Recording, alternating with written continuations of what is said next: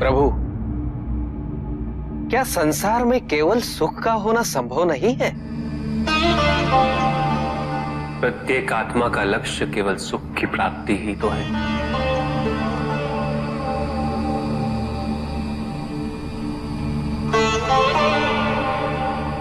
परमानंद की प्राप्ति। किंतु हम सुख नहीं,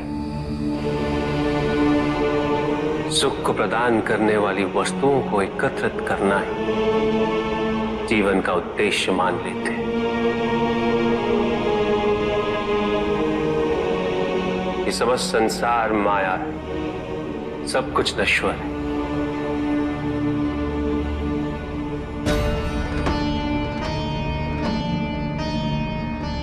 जिन वस्तुओं को हम सुख का स्रोत समझकर एकत्रित कर रहे हैं वो सदैव नहीं रहेंगे। जो व्यक्ति सत्य को जानते हुए भी लोभ का परित्याग नहीं करते, वो सदैव इन्हें खोने के भय में जीते।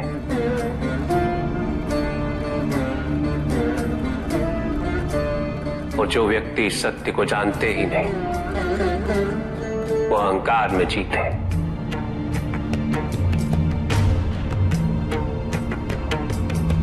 और जहां अहंकार और भय उपस्थित हो, वहां सुख कैसे रह सकता?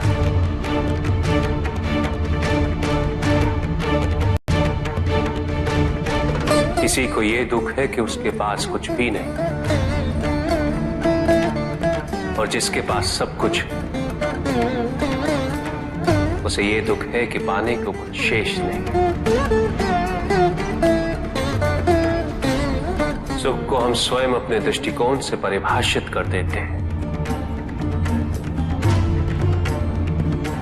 जबकि वास्तविकता इससे भिन्न है।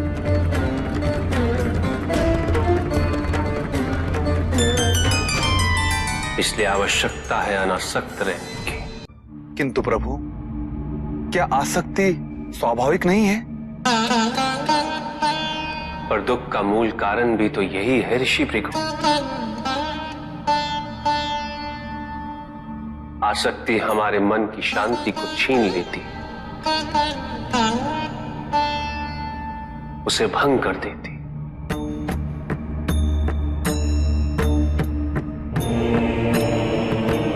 हमारी बुद्धि को स्थिर नहीं रहने देती, उसे चंचल बना देती।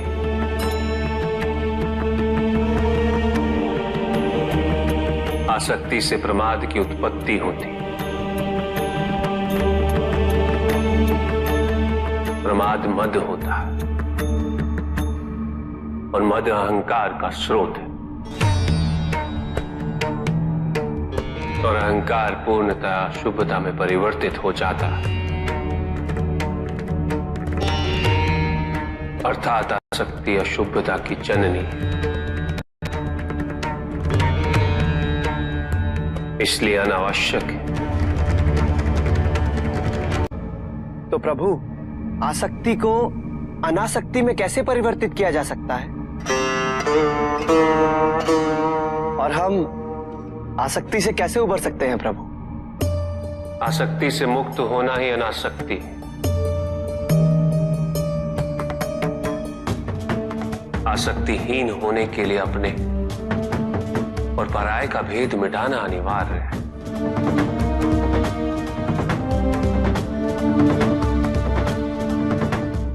और यह तभी संभव होगा जब हम सुख की खोज बाहर नहीं, अपने भीतर करें। जब हम यथार्थ को पहचानें, उसे स्वीकार करें।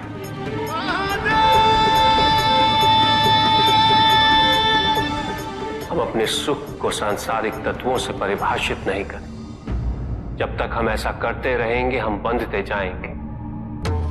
जब हम स्वयं अपने भीतर झांकना आरंभ करेंगे, हमारी मुक्ति का मार्ग स्वतः प्रशस्त होता जाएगा। महादेव, आपने हमें दुख का कारण तो बता दिया, किंतु हम भय के बारे में भी जानना चाहते हैं।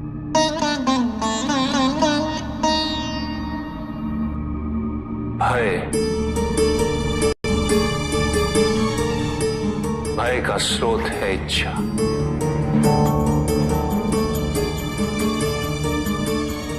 पाने की इच्छा होगी तो उसे खोने का भय भी होगा।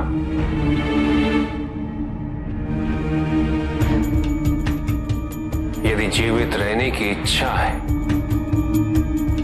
तो मृत्यु का भय भी अवश्य होगा।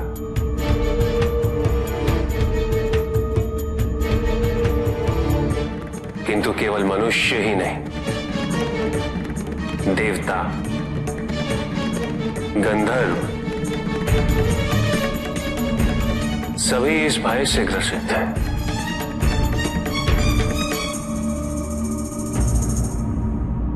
क्योंकि इच्छाओं से मुक्त कोई भी नहीं।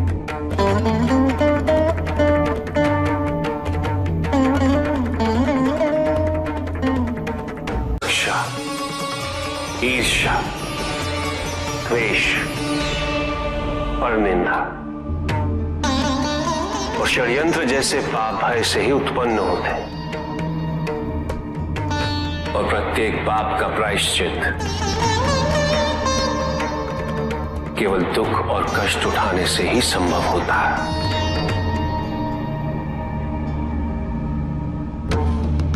इसलिए भय भी अंत में दुख का कारण बन जाता है।